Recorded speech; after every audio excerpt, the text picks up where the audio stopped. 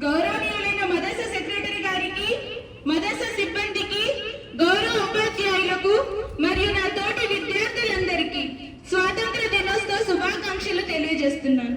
నేడు మనందరికీ చరిత్రలో గుర్తుండిపోయే రోజు, మన భారతీయులందరికీ ఎంతో సంతోషకరమైన రోజు. నేడు 79వ స్వాతంత్ర దినోత్సవాన్ని మనం జరుపుకుంటున్నాం. 79 సంవత్సరాల క్రితం మన సుందర భారతాన్ని బ్రిటిష్ వారి నుంచి విముక్తి పొందింది. బ్రిటిష్ వారు వ్యాపారం కోసం మన దేశానికి వచ్చిన ఆంగ్లేయులు. వారు మనపై ఎన్నో దౌర్జన్యాలు చేశారు, మనల్ని ఎంతో బాధ పెట్టారు, ఆందోళనకు గురి చేశారు.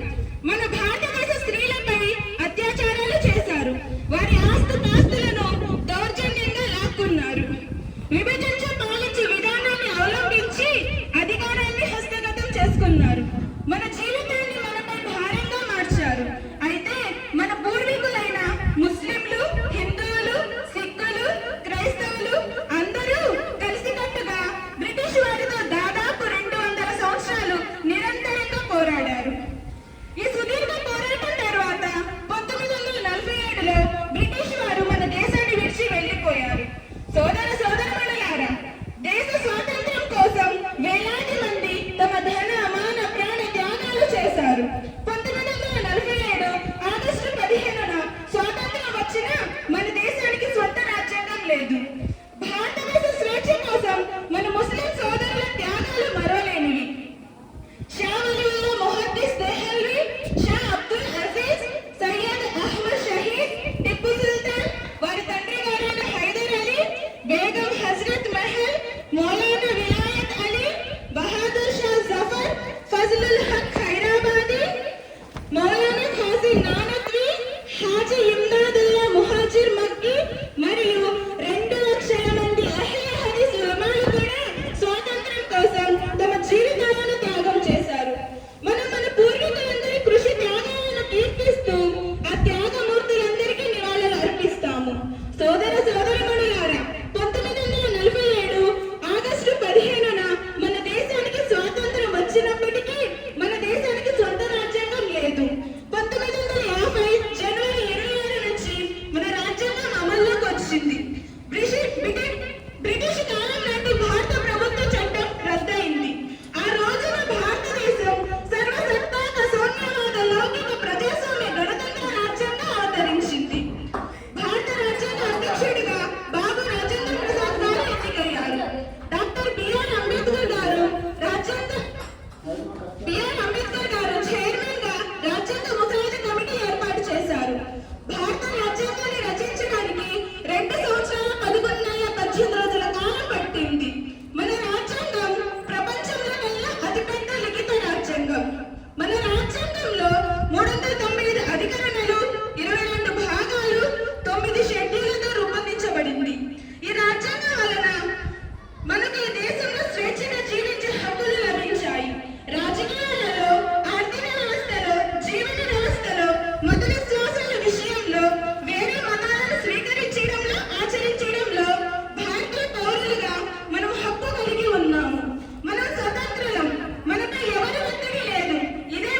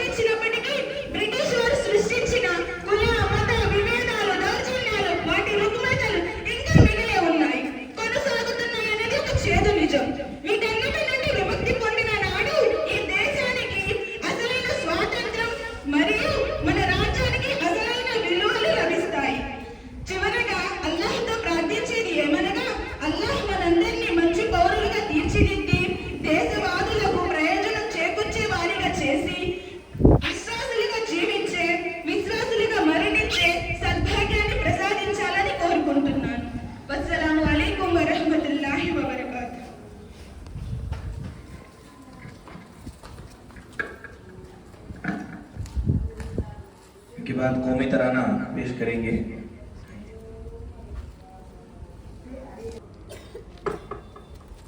अस्सलामु अलैकुम वरहमतुल्लाहि वबरकातुहू।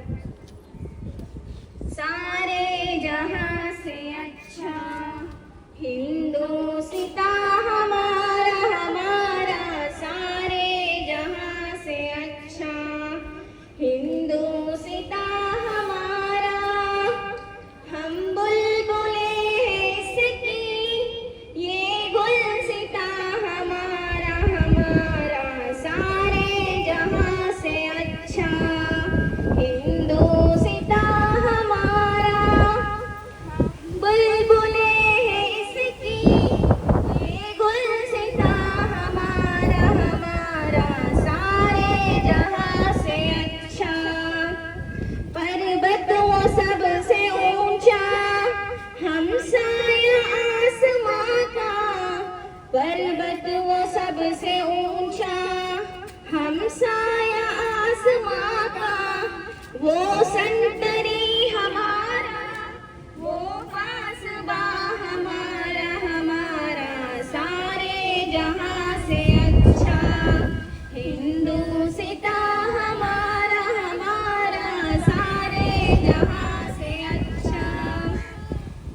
गोदी में खेलती है इसकी हजारों नदियां, गोदी में खेलती है इसकी हजारों नदियां। गुलशन है जिनके दम से रश्के जिना हमारा हमारा, सारे जहां से अच्छा हिंदुस्तां हमारा हमारा, सारे जहां से अच्छा। मजहब नहीं सिखाता आपस में बैर रखना, मजहब नहीं सिखाता आपस में बैर रखना। हिंदी है हम हिंदी है हम हिंदी है हम, वतन है हिंदुस्तां हमारा हमारा, सारे जहां से अच्छा हिंदुस्तां हमारा। हम बुलबुले हैं इसकी ये गुलसितां हमारा हमारा, सारे जहां से अच्छा हिंदुस्तां हमारा हमारा, सारे जहां से अच्छा। अस्सलामु अलैकुम।